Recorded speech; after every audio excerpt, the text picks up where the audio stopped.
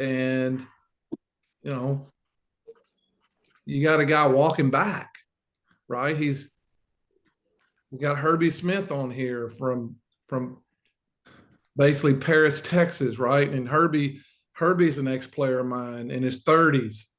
And so you're walking down this path and you got a guy like Dr. Gilbert who's walking back. So don't waste don't waste this opportunity.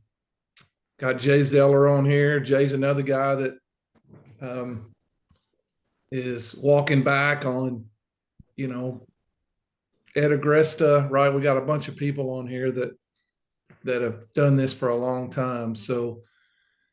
Um, so Jay, can you hear me? Are we communicating good? Yep. Sorry. It's texting. No, it's okay. I'm going to put you on the spot, That's all right. and I want you to introduce Dr. Gilbert. I'm, Okay. I know Man. your mind is racing, right? But how much fun would this be? Like, Yeah. what's he done for you? How long you been listening to Success Hotline? Yeah. And So, man, that's an interesting one. I guess it will start with how long and when I found out about the Success Hotline. Probably, and you could correct me, probably around the same time you did. I'm assuming that you caught on when you hired Brian Kane, and about that same time I was training with Brian Kane for the marathon and Ironman. And so while you paid for that information, I just paid with some body torture. Um, but yeah, I think it was Brian Kane who first introduced us to the Success Hotline and who Dr. Gilbert was, and so we start calling the number, and it's been shared here several times. When I'm done, I'll put it in the chat again just in case. But my guess is everybody here has it. Um, yeah, it's a daily message, and it's a good way to just start your commute in the morning. And I guess I don't know. It's been within the past, I don't know, a couple of years that I even found that there was a podcast version of the Success Hotline. So if you don't know about that, you can go back to any, you could go back 100 episodes if you want and just listen to that 3 to 4 or 5 minute message, and get caught up if you got a good drive going, especially the ones that are that go. But really, Dr. Gilbert's he's a storyteller. Makes learning enjoyable. I think you'll see that tonight. And those of you that haven't seen him on the mastermind before, you're in for a treat. Those of you that have seen him before know that there's no telling what he's going to bring. He may shove an ice pick up his nose. He may do his magic coloring book. He may do all kinds of stuff. He just gets out there, but he's going to grab our attention one way or another. And just an aspiring guy, and one that we can learn from. I think all of us would say that we would learn every time he um, joins us or every time we hear him. And so I'm always excited to hop on when Dr. Gilbert's talking. Stop, listen, pick up your pen, paper, just get ready for some excitement. So, hey, Jay, I'm gonna put you on the spot again. And this will be a hard one for me to answer. okay. So don't what hey, let's do this in the chat. Everyone put in the chat the Dr. Gilbert story you remember the most, the one that's impacted you the most.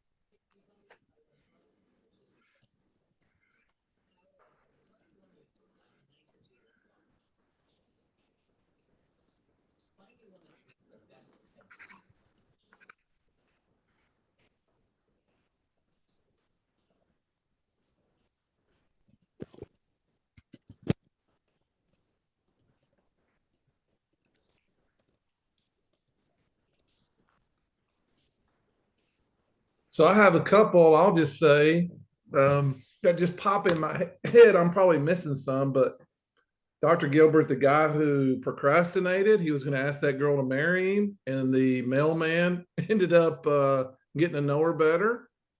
And then the Christmas one where the guy gives his brother a Ferrari, and then the kid says, "Man, I wish I could give my brother a gift like that." I think those are both amazing.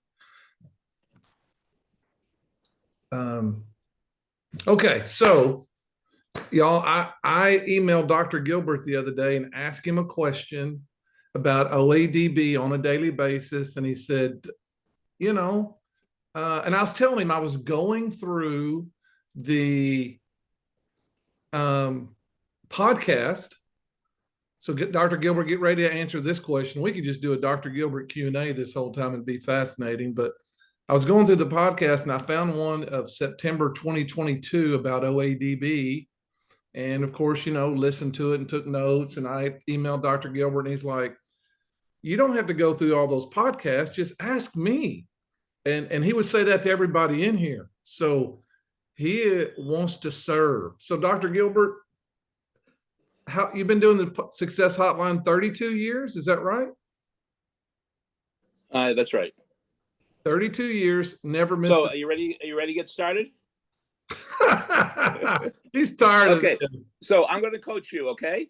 I'm going to coach you. I'm going to coach you. And the only reason I'm doing this is I hope people could do this tomorrow in class or with their team. Okay. So Randy, follow my directions. Okay. 1.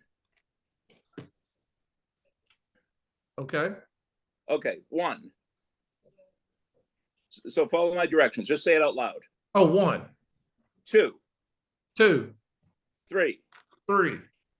What number comes after 4? 5. Okay. Follow my directions. 1. 1. 2. 2. I wish this was happening to Kevin. 3.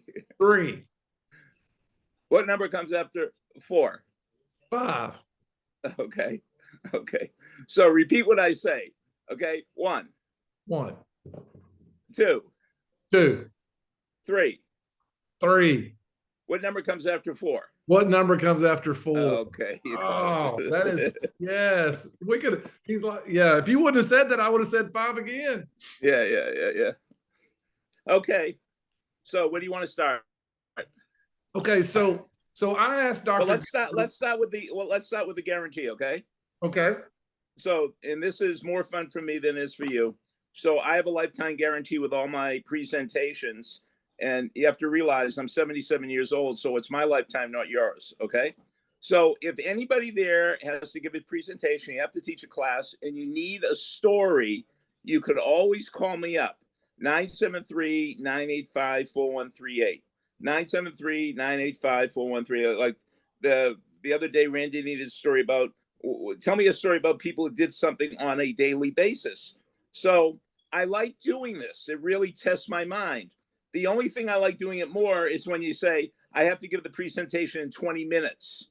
And then that's even more fun. If you have to give the presentation in 2 weeks, that's not as much fun as I have. I'm going to be on stage in 20 minutes. What should I do with this group? Okay. It's all yours.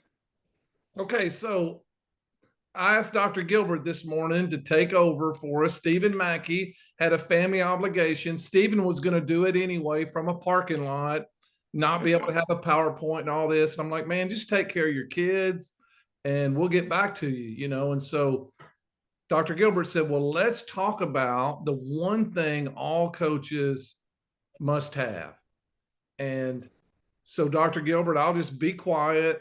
Okay. Well, based on my research, if you look at superstar coaches, superstar leaders, superstar presidents, superstar ministers, superstar influencers, the one thing that they all have in common is something that I call TC, total certainty.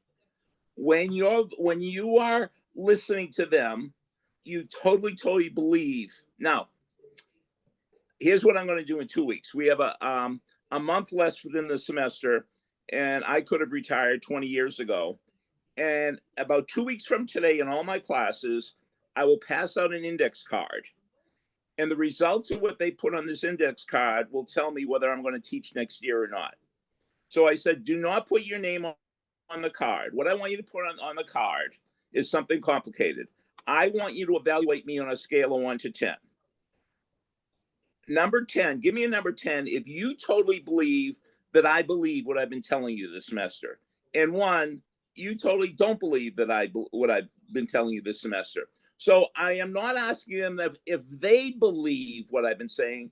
I am asking them if they believe that I believe. So suppose you see a minister and, I'm not asking you whether you believe in God. I'm asking you whether you believe he or she believes in God. So the whole thing is, how much do your athletes, how much do your students, how much you whatever, how much do they believe that you believe? Because if they don't believe that you believe in the weight room program, if they don't believe that you believe in the offensive coordinator, if they don't believe that you don't believe in the new defensive alignment, it's not going to work.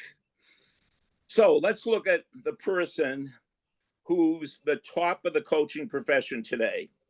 That's Danny Hurley from the University of Connecticut. He just won his 2nd national championship. Now, Danny Hurley's father is in the Basketball Hall of Fame, which is pretty hard when you're a high school basketball coach. Danny Hurley has an older brother named Bobby. So they both played for their father at a little tiny parochial school named St. Anthony's, which was always the best team in New Jersey and often the best team in the country. So Bobby went on to go and win 2 national championships with Coach K at Duke. And Danny stayed home and went to Seton Hall. And he went through hell because he didn't have the success of his brother.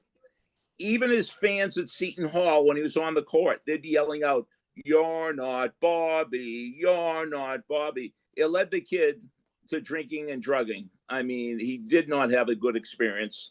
But, he had to prove something. And so, he was coached by the best and he had to prove something and he had to believe in himself. He had to believe in his father. He had to believe in everything. And I don't think there's anybody more intense. I'm not asking you whether you like him or not, but I'm asking you whether you believe that he believes in what he's doing.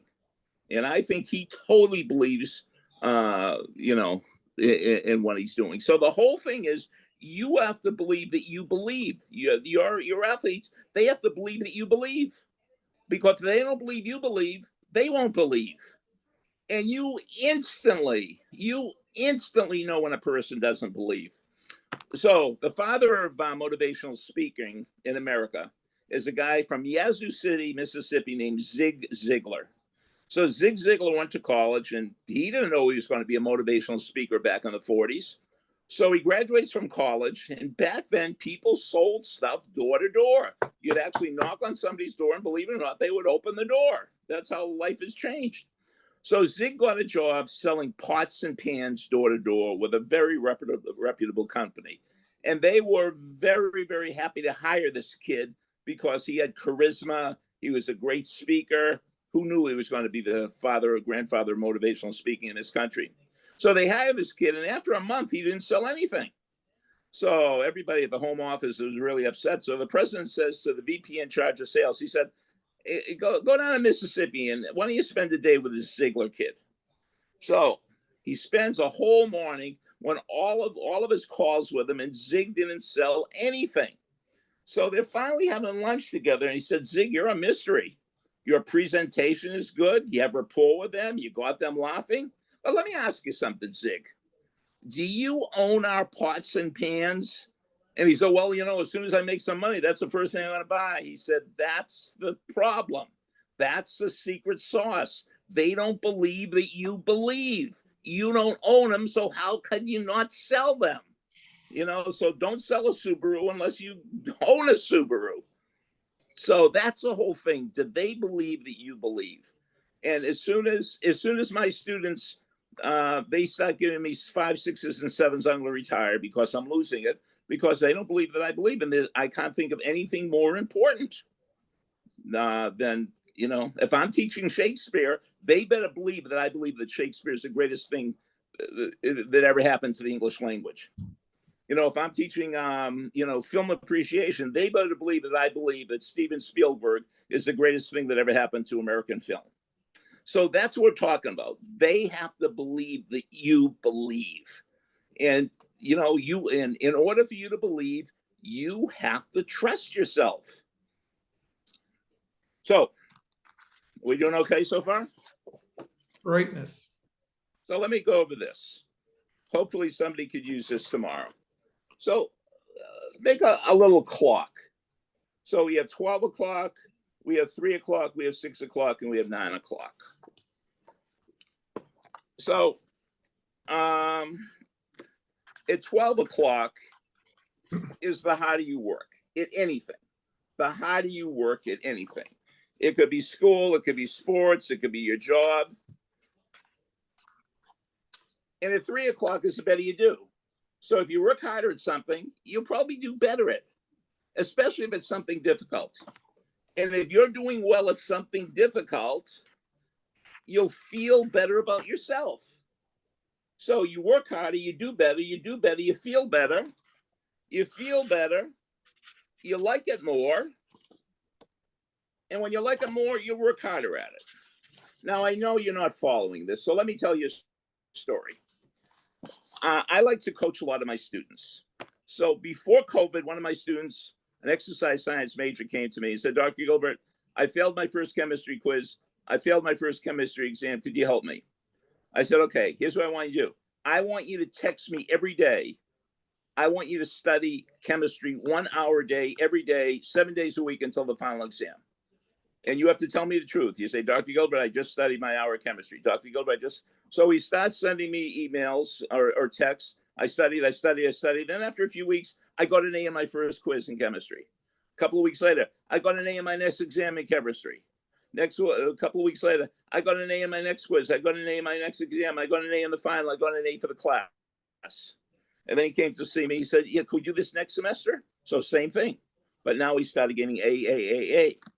Now, as an exercise science major, you don't have to take organic chemistry. He took organic chemistry. Usually, the only people who take organic chemistry are chemistry majors and people who want to go to medical school or dental school or, all those type of things. So, same thing. He emailed me he texted me every day, A. Then that summer, the summer after his sophomore year, I got a text from him. He said, Dr. Gilbert, I just changed my major to chemistry. So he worked harder, he did better, and he felt better about himself. And once he felt better about himself, he liked chemistry more. He worked harder at it. So I was at graduation, and he graduated magna cum laude, and he went from Montclair State to a master's program at Purdue University in chemistry. And the last I knew, he was getting his PhD from Michigan State University in chemistry because he wanted to be a chemistry professor. So I worked it out. So he started working harder. He started doing better. He started feeling better about himself. He started liking it more, and he started working harder. And this is a cycle. It keeps going. This is not too good an example of a cycle, but it just keeps going round and round and round. It doesn't stop. That's a little better one. So you keep working harder, you keep doing better, you keep feeling better, you keep liking it more, you work even harder, you do even more, you feel even better, you like it even more, you work even harder. And once you do this, like if I could give you one assignment, I would like you to write this down. Ilya, I-L-I-A, Melanin, Melanin, Melanin, World Championships 2024. Ilya Melanin is an American from Virginia. And 2 weeks ago in Montreal, he won the World Championships in mega figure skating. And if you watch the NBC video, it's a 10-minute video. And you will see the greatest men's figure skating performance ever. But he did 6 quads. It was unbelievable. But what I want you to see what he does after is he's being interviewed. They said, how did you do it? And he said the 3 words that this is everything you have to know about sports psychology. He said, I trusted my training. You know, that's what you have to think about right before you go on the field of battle. Trust my training. You have to work hard enough so you totally trust your training. Now, if you're a coach and you have athletes, they can't trust their training unless they trust the trainer. They have to have total trust in you for them to trust their training. And for them to trust their training, you have to totally trust what you're teaching. You have to totally buy in. You have to be all in. So, Randy, you know the trust story, fire, water, and trust. Oh yeah, it's awesome. So, can you tell that story? Oh, I'm not going to tell it as good as you, but Well, so fire, water, and trust were walking through the woods, and they got lost. Or they were walking through the woods, and it was so thick that there was a fear, you know, that they could get lost. And so fire said, hey, listen, if we get separated from each other, just look for the smoke. That's where I'll be.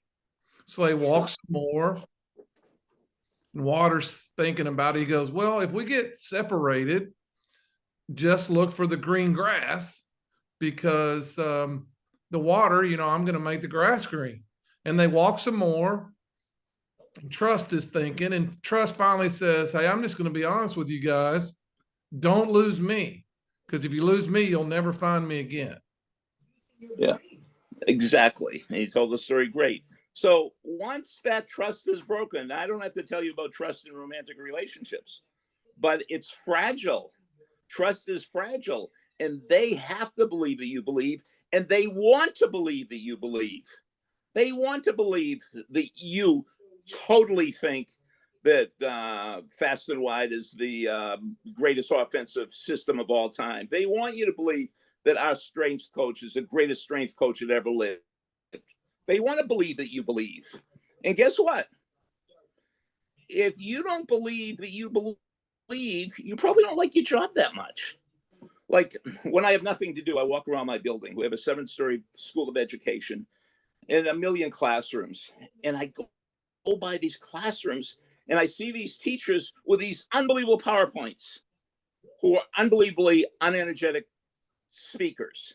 So it's like an oxymoron. You got a great PowerPoint and you're totally unenthused. You know, a great PowerPoint doesn't make you a great teacher. A great PowerPoint is just a great PowerPoint. So, you know, you can't just believe in your PowerPoint. You can't just believe in your equipment. You have to believe that you believe that we have the best staff. We are giving the best training techniques. We have the best coordinators. You know, we are going to blow people away this year. And it all begins with, you know, you believing that you believe. And you can't make up for that. And this is so far beyond, well, I have confidence. No. This is about your soul. So one of my students, I was explaining this the other day, and I know how religious this young man is. He's a born-again Christian. And I said, his name was Johnny. I said, Johnny, suppose we had a meeting here, and we had the 100 top religious scholars from universities all over the world. And you told them about your faith, and afterwards they just lambasted you, said, oh, Jesus never lived. I mean, it's all hearsay. The Bible was all made up. I said, how much would their arrows at you puncture what you believe? He said, they can say whatever they want. It's not gonna affect my belief one iota, because he believes so deeply that somebody's saying, well, you know, Jesus was just a Jewish rabbi who roamed around telling stories. He wasn't the Son of God. He said, I don't care what they said. They could have won the Nobel Prize in religious studies. I believe what I believe. So that's what I love. That's why I love infomercials. I love watching on people. I love people who really believe in what they're selling. And great salesmen really believe. Average salesmen say, yeah, it's a good product. No, this product will save your life. You know, and that's how I think about, I believe one of the things that keeps me going teaching is I believe every time I teach a class, I'm going to change a kid's life. Now, I don't have any data that says I'm doing this, but that doesn't affect my belief. I think every time I go into a classroom, somebody is going to be radically affected for the better. And sometimes it happens. Most of the time it doesn't, but every time I show up with that belief. So what do you think Pete Rose did when he got up at bat? Now, Pete Rose was a lifetime 300 hitter, meaning 7 times out of 10 he got a base hit, but 3 times out of 10 he got a base hit, but 7 times out of 10 he didn't. He failed 70% of the time. Well, if you're as old as Coach Agresta and I are, we remember when Pete Rose was chasing Ty Cobb's record for most number of hits in a career. And way back then, it was amazing, but people were reading something called newspapers. And every day in the sports section, they would have the Pete Rose countdown. Pete Rose needs 58 hits to break Cobb's record. Pete Rose needs 42 hits. So it came down to Pete Rose needs 14 hits to break Cobb's record. So a sports writer from Cincinnati approached Rose and said, hey, Pete, you need 14 hits to break the record. How many at-bats do you need? He said, 14. So in reality, he only succeeded 30% of the time. In his mind, every time he didn't get a hit, it was a freak of nature. He expected to get a hit every single time up. And that's what radical certainty is. That's what total certainty is. And that's what I'm selling today. I'm selling for getting away from saying, oh, it's good enough. You know, what we're doing is good enough. You know, oh, we can make this work. No, this is the greatest thing since sliced bread. And first of all, it works. And second of all, it's more fun if you approach life this way. And I know you're like this. When you get to my age, all my friends have grandchildren. And it's almost like, I think they're genetically driven to show everybody in the world pictures of their grandchildren. And they believe their grandchildren are the greatest things that have ever been born in the history of the world. I shouldn't say things. The greatest people ever born in the history of the world. That's their belief. And it's so fun to see them. I mean, they're so enthused.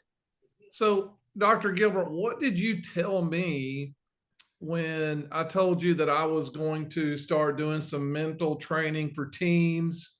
I was going to record myself, make it available for teams, like Coach Courier, who has a question. I sent him one.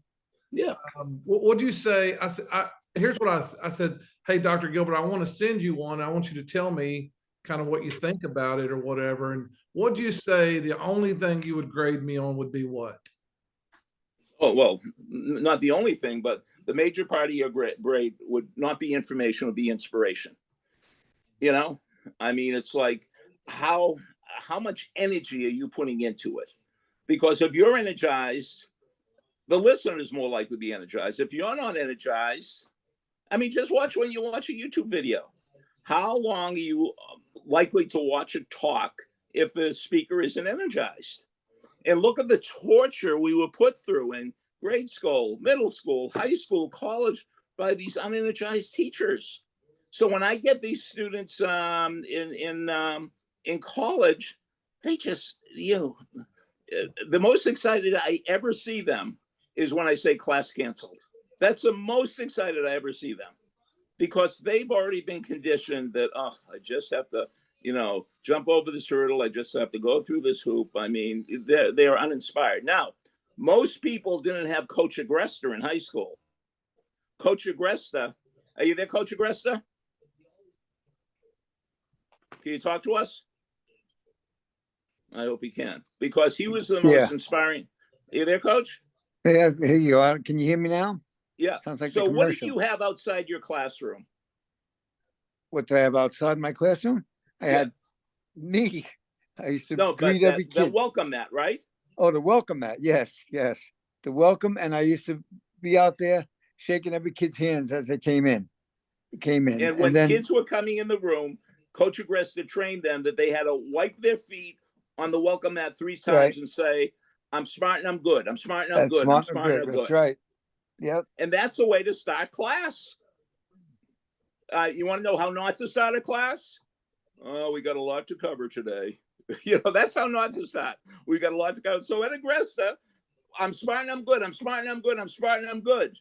And he followed through. And that was just the beginning. And he led them through 50 minutes of high-powered motivation.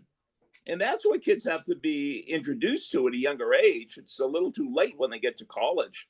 So you could be one of these people by taking Randy's program that does stuff like this, because not enough people are doing this. So I was telling Randy that Coach Agresta, you remember back in the 50s when people thought that strength training would make you muscle bound? Yes. Yeah. Yes, I do. Even football players, right? Yes. Especially baseball players. So that now there wouldn't be an athlete that doesn't strength train. And that's how sports psychology is right now. People are on the fence about sports psychology. 30 years from now, sports psychology is going to be as much a part of your football program as strength training is now. I don't think that could be, well, of course it could be denied, but that's my prediction. So either you could wait 30 years and say, okay, maybe we should jump on board, or I think Randy's going to give it to you all this summer.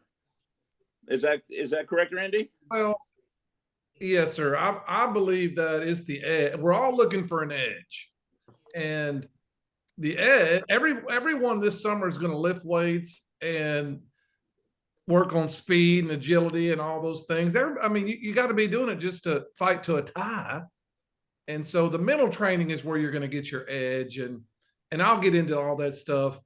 But one thing, we've got a question from Coach Currier. How can we strengthen our belief in what we do, and how do we do it? And so I'm just going to answer real fast and let Dr. Gilbert really answer this. But I think the best way to strengthen your belief is to be over prepared and have like it. And Shannon and I have talked about this, but I went to a PJ Fleck team meeting one time, and he showed a video of Conor McGregor. He showed a video of Sergio Garcia hitting a shot, and the next shot was good. You know, like it was 30 minutes of leadership training. And I would have enjoyed teaching that lesson if I would have had it. So I think the way to strengthen your belief is just to have zero doubt when you get in front of your team that what you're saying is better than other people. And I hope that makes sense. But Dr. Gilbert, how would you answer that? Well, I know you're going to offer a special program this summer, and I don't want to, diminish what you're doing, but there's a program better than yours, Randy, for strengthening beliefs. And you know what that is? Probably the greatest program is called Alcoholics Anonymous. They are working on belief system. They are taking people who their wife threw them out. She took the kids, you're fired from your job, and they're building these people up. And they're starting with what they expect and what they believe. And what do? You have a sponsor, you do readings, you go to meetings. They want you to go to 90 minutes meetings, 90 days. So the answer to your question, my answer to your question, you have to be around people who really, really believe what you want to believe in. So go to a retreat, go to a convention. I mean, if you don't believe football is the greatest thing in the world, go to the state convention for Texas high school football coaches. And after you're around these guys for 17,000 people there, you'll start believing that football changes lives. So you have to find, like the other day, one of my students came to me and said, Dr. Gilbert, I want to go to medical school. What's your best advice? I said, do you have a girlfriend? And which is nowadays, that's a kind of not the proper question to ask. He said, no, but I want one. I said, okay, I want you to find a girlfriend that wants to go to medical school more than you do.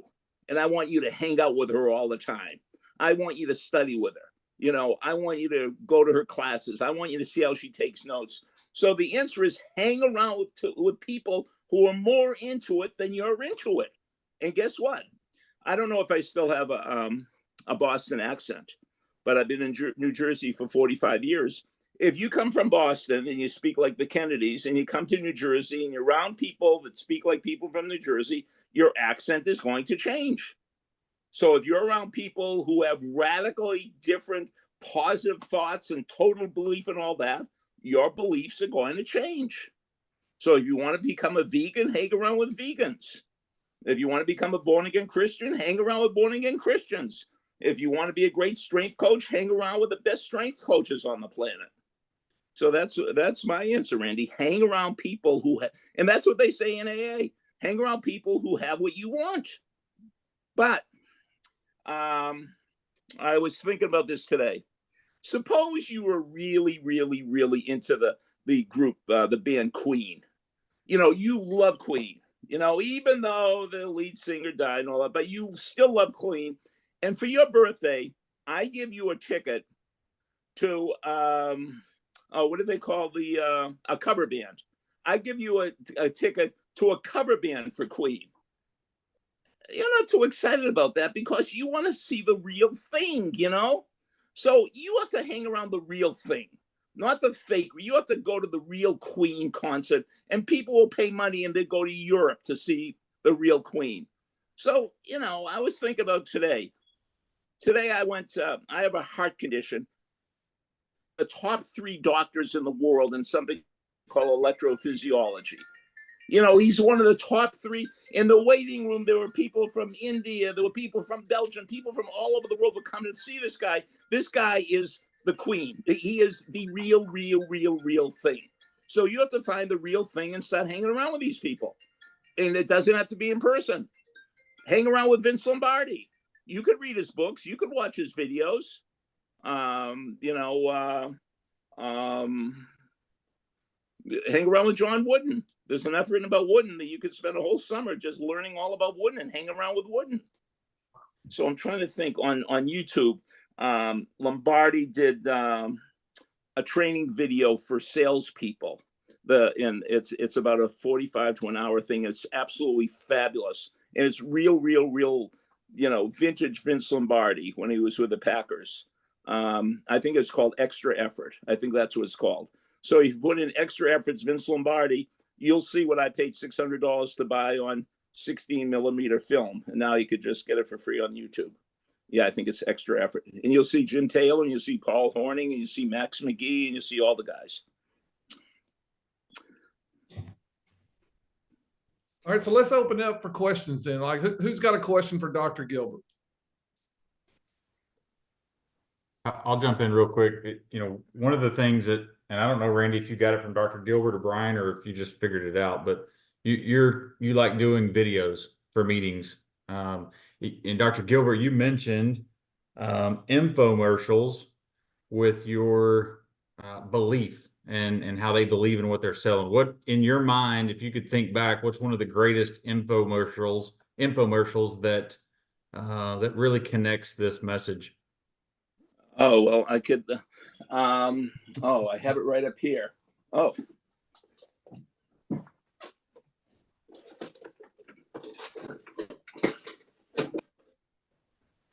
Anybody remember this one? Mega Memory with Kevin Trudeau. Kevin Trudeau is one of the all-time great salesmen. Unfortunately, he's doing massive amount of years in prison because he's one of the greatest con men of all time. But I mean, his infomercials were, I mean, I had to buy this. I mean, I totally believed that he believed. You know, I totally believed that he believed. And that was $597 about 20 years ago. So I'm not talking about his ethics because he sells a lot of weird stuff. But the thing is, you know, the weight loss secret they don't want you to know about. And he talks about all these type of cures, and you know, he's been convicted. He's doing a lot of jail time. I'm not saying he's ethical, but he totally believes. I mean, he keeps coming out of prison and he keeps doing his infomercials. He believes so much, and he say, "You're making the same mistake, Kevin. You're lying and cheating the public." Well, he might be a liar and a cheat, but he totally believes in what he believes. So that might be an oxymoron, but that is my all-time favorite infomercial. I think Mega Memory. Yeah, Kevin Trudeau. Anything Tony Robbins, you know, like you can. Yeah, Tony Robbins totally believes what he believes. Yeah. And so, you know, Tony Robbins never went to college. And Tony Robbins is telling all these people how to be mega successful. So I once heard him on radio, and a caller came in. He said, "Tony, you don't have a college degree. You're not a psychologist. what are your credentials? And he just said one word: results. Results. I get results. When people work with me, they get results. Well, and so this is a question for Dr. Gilbert or anybody on here, Ken or anybody. Which coach? So, like Jay said, I learned the magic of a movie clip from PJ Fleck. And the analogy I'll use just real quick is Jesus taught in parables because he knew that we remember stories better. Well, today's brain wants to watch a movie clip. Like that's going to stick with us. Now, if you're ever in a church sermon and they show a movie clip, it's better. And so if we were going to do a session on this, have a coach's clinic and do a session over the one secret, which is total certainty, what would be a movie clip of a scene where a coach is coaching where you can tell he really believes? Randy, you might want to show this right now, unless everybody's seen it. The death crawl from Facing the Giants. Oh yeah, it's a great one. Yeah, it doesn't get any better than that. Yeah, I was thinking maybe Hoosiers. Like there's just so many. Remember the Titans? That's in the. That's good that you said Hoosiers, because in the championship game at the very end of the movie, the coach says, I forget the name. Who was that superstar? Was it Johnny? Yes. He said, we're going to use Johnny as a decoy, and we're going to have Billy take the shot. And everybody starts looking down. And the coach says, what's wrong with you guys? What's wrong with you guys? And Johnny looks up and says, Coach, I'll make it. That's total certainty. Coach, I'll make it. Now, I'm going to do that movie clip justice. Sometimes I show that clip in class 15 times in a row. Coach, I'll make it. Coach, I'll make it. And he can't say, I'll make it, unless he's been through this success cycle. Like he's done it over and over and over and over and over and over again. Yeah. Well, we've got Moneyball, Hacksaw Ridge. Randy, I'm thinking, remember the Titans has to be in there. If he doesn't have the faith in what he's working to achieve, like that movie goes nowhere. So there's an element of belief that he's going to fix that segregated system and get his players and coaches to buy in. I mean, it's probably a movie full of little clips, but there's got to be something there. Yeah. Yeah, you're right. That would be a great one. Again, there's probably just so many movies out there that we can't think of, but I love that. I'm sitting here thinking, whatever that movie was, Show Me the Money. And he probably didn't really believe it, but he was made to say it. He was made to say it like he believed it, and sometimes we have to fake it till we make it. Yeah, exactly. Can I tell you a total certainty story? Please. One of my Success Hotline callers called me up, and he said he worked at Disneyland way back when it started. When he was in high school and college, he worked, and he was just cleaning up the grounds. He was just custodials. And they had Cinderella's castle. And he always heard that Cinderella's castle was the first thing built on the grounds at Disneyland, because Walt Disney wanted that to be the figurehead. This is our vision. We're going to make something magical. So one day, my Success Online caller saw Mr. Disney on the grounds. He said, Mr. Disney, I know you're a busy man. Could I ask you one question? He said, is it really true that it was in the contract that you had to have Cinderella's castle built before any other building on this property? And Disney came over to him and put his arm around him. He said, look at the castle, and you answer that question.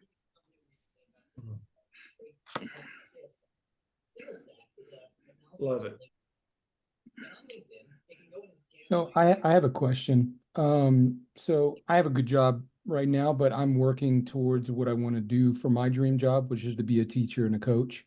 Kind of decided a little bit later, but my path is a little bit different. But so I study the game a lot. I've always been into the game of football, and I'm actually studying about relationships, building relationships, leadership, all of those things that I think are important, right? Um, at times, however, as I'm going through this process, I sometimes run into situations where I have a feeling of imposter syndrome that I'm not there yet. And there are certain elements where I feel like I'm gonna be okay. I work with the kids, I can teach kids, I can teach a game of football, I can believe in kids, I feel like I can help them. And it's on my heart to really do that, and and follow my passion, right? To use the game to teach kids, teach young people, make an effort or make an impact in their lives. So do you have anything, a method or something that I can use to refocus and stay away from that imposter syndrome type of thought, right? That can creep in at times. Well, you go to the movies at all? I like to, yeah. But yeah. Do you have any favorite actor? Favorite actors. Yeah, I mean, Matt Damon, he's a good one. Okay, so Matt Damon, he's a good kid from Boston. So who makes more money, you or Matt Damon? Matt Damon. Okay, so Matt Damon, when he's playing his role, is he being an imposter, or is he, or Good Will Hunting? Was he really that kid?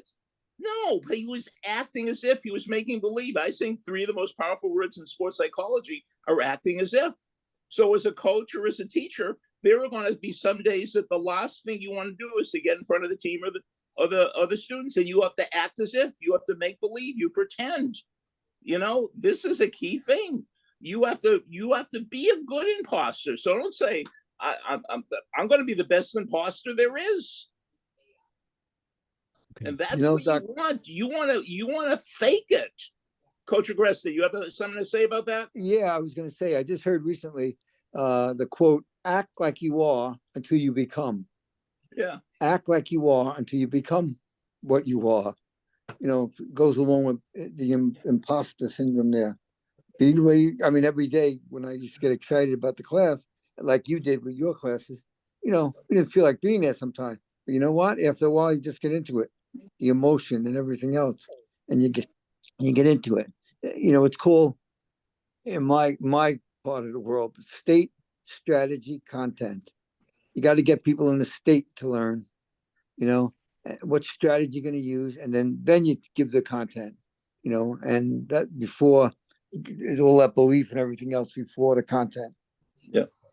I'm smart and I'm good. I'm smart and I'm good. And I'm smart and I'm good. That's it. And they can't say I'm smart and I'm good. They have to say it with enthusiasm. And snap because their if you fingers. look at the word enthusiasm, the last four letters of the word enthusiasm are IASM. And IASM stands for I am sold myself. You have to be sold yourself. You have to have total certainty yourself. So, Coach Agresta, can I just share before the time is up about that goes along with because of you. We have when I took over a program for at-risk kids, we had a graduation. If you remember, Dr. Gilbert, we had a graduation and the first day of school, and we had diplomas printed up that were not valid, and each kid got a diploma. You were there to give the talk. We invited the parents, but of course the parents were working, and I would say to the kids, "Hey, why do you think we're doing this? Because we want to see you graduate. You put this right on your refrigerator because the day you don't want to come to school, look at that. That's why you're here. Give yourself that big why." But we had a whole graduation. We had the gowns and everything else that the kids wore, and like I said to the people listening, and so that they can see themselves where they had to be 4 years from now. Yeah. Yeah. So y'all did a mock graduation First day of school. Kids when they were freshmen? Yes. First day of school, and they got a diploma. And they got a diploma without a date on the final date. And Dr. Gilbert came to give the talk. And what we did was we asked each kid to put it on their refrigerator so they can have some sort of symbol of why they're coming to school. So when you don't feel like coming to school, you have to remember, Randy, I work with a lot of at-risk kids. So sometimes the boundaries, they didn't know boundaries. So we had to sort of push everything into one place. And that's one of the things that we did, besides the welcome mat and I'm smart and I'm good, and stuff like that. Yeah. Love that. Oh, Coach Agresta has a million things like this. So Coach Agresta was the best guest speaker I had, but I had another guest speaker named Tom Fleming, who won the New York City Marathon twice. When he spoke to my students, he told my students that he's a marathon runner. He said, I run between 135 and 150 miles a week. 130. After he said that, I checked the odometer in my car. I don't drive that much. So he's driving he's running 135 to 150 miles a week. And one of my students said, Mr. Fleming, do you always feel like running? He said, most days I don't feel like running until I start running. So most days you're not going to feel like acting with total certainty until you start doing it. You're going to say, oh, I'm being a fraud and all this. But once you get into it, put your body in motion and then the emotions will follow. So put your body in motion, act as if, and then the emotions will follow. And that's just the way it works. So your actions will change your attitudes, your emotions will change your emotions, and your movements will change your moods. You act yourself into it, just like an actor in a play or an actor in a movie. You're acting yourself into it. So, Dr. Gilbert, I don't want to put you on the spot, but I am, because I know you a long time. That when you had the speaker who had multiple sclerosis that did the New York Marathon, and she came and spoke to your class. That I was there, and what she said in the middle of the night when she didn't want to move, and it was raining out, and she had the what were they, the guardian angels that would protect her, and she said, I realized something a long time ago, that my mind is going to quit first, so that's what I had to protect, my mind. My body is already gone, but my mind is what it has to control. And she follows the same philosophy. And she was an excellent speaker. It took her 3 days. It took her, what, 2 or 3 days to finish the marathon, 3 days it took her to finish. Yeah, 3 days. Right. Yeah, I forgot all about her. So just so we can, this is how my brain thinks is, okay, so how do you become totally believable, totally confident? Is you've got to hang out with people who are just like that. So for me, you're going to be average of your 5 best friends. Yeah. Well, before that, I think people have to decide, what do I really, really want? Do I really, really want to be a wrestling coach? If you don't really, really want it, you're not going to attract anything to it. You have to really, really want it. My wrestling coach in college, he had a saying on his wall. It said, if you really want to be a champion, then the work is no problem. So if you really, really want to be a champion, you fill in the blank, then acting as if, pretending, developing total certainty is no problem. It comes with the territory. But here's the whole thing. If you think any of this stuff that Coach Agresta and Randy and I have been talking about is going to be difficult to do, if you think any of this stuff is going to be difficult to do, imagine how difficult it's going to be to compete against somebody who's doing this stuff if you're not. So if you think it's going to be difficult to do mental training this summer, imagine how difficult it's going to be to compete against a team who's already doing mental training if your team isn't. So that's another way to look at it. And I think the last thing for me, like I was just I always want to define everything is, do you really want to do it? I love that. Are you hanging out with people? And I really appreciate, Heather, you put that in the chat. That's what this group is all about. And I love that. So are you hanging out with people that want to have total certainty? Are you an expert? Because you can't have total certainty if you're one time to make some extra money. I taught, this is a great story I've never told. One time I taught economics for summer school, and I thought it was going to be some kids who needed it to graduate. but it was a bunch of kids who wanted to get it done early, and they were really smart, and they loved economics way more than I did. And so I had to read it. It was the hardest money I ever made because I couldn't go in there and just wing it. And so if you're going to have total certainty, I don't know if I ever had total certainty that whole 6 weeks of that summer. And then I think the last one would be Dr. Gilbert or Coach Agreste or anyone else. To have total certainty, you have to have a system. And so for you, if you're going to stand up and be an expert on or teach the mental game or whatever to get the edge, what is your system to do that? But you can't have total certainty if you don't have a system. So can you speak on that, Dr. Gilbert? Like if you're going to help all of us get a system for whatever, but that may be a really hard question, but a system. Well, I'm going to take all of you way back, and I'm sure Coach Agreste and I are the only one that remember Jim Ryan. Jim Ryan in the 60s, the mid 60s, he became the first high school runner ever to run a mile under 4 minutes. He was from Kansas. And so in the late 60s, I was working at a summer camp in New Hampshire. And we had a high school kid who was he was going into a senior in high school, and he was the track and field counselor. He taught all the track and field classes. So one day I suggested to him, because he said, my goal is I want to be the second high school student ever to run a mile under 4 minutes. So I said, well, why don't you get in touch with Jim Ryan's coach and see if you can get his workouts? Well, about 3 weeks later, we're in the lunchroom and I see the happiest person I've ever seen in the world. He has this big manila envelope. Jim Ryan's coach sent him all of Jim Ryan's workouts leading up to Jim Ryan running the 4 minute mile. He had the Holy Grail. He had the keys to the kingdom. And so all summer I watched this kid. He read the workouts. He never did the workouts, that's what we're talking about. You could get excited about this stuff, but you're not going to really do anything unless you start using it. K minus A equals 0. Knowledge minus action equals nothing. So you don't see, the whole thing about total certainty is you don't have to be right. Your enthusiasm will cover you as long as you're totally into it.